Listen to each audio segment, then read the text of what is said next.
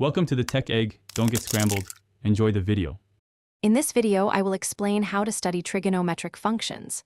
First, let's define the core functions: sine, cosine, and tangent, using the sides of a right triangle. Then, we'll explore the unit circle, which is crucial for understanding angle values and their corresponding coordinates. Finally, grasp the conversion between degrees and radians, as both are essential for expressing angles in trigonometry. Next, let's dive into graphing trigonometric functions. It's important to visualize the periodic nature of sine and cosine waves, which repeat over a consistent interval.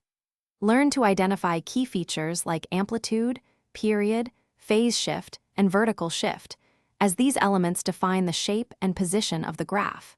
Consistent practice sketching these graphs will solidify your understanding of their transformations. Now, let's tackle trigonometric identities. Begin by memorizing the fundamental identities, such as the Pythagorean identities, which are cornerstones for solving more complex problems. These identities are powerful tools for simplifying expressions and proving other trigonometric equations. Practice solving various trigonometric equations to find specific angle values, which will enhance your problem-solving skills significantly. Finally, let's apply your knowledge.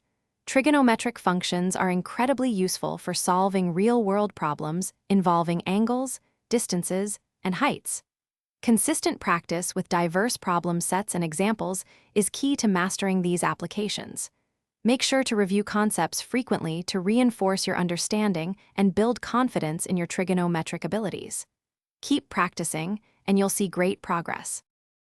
Thanks for watching. Consider subscribing if I helped unscramble your problems.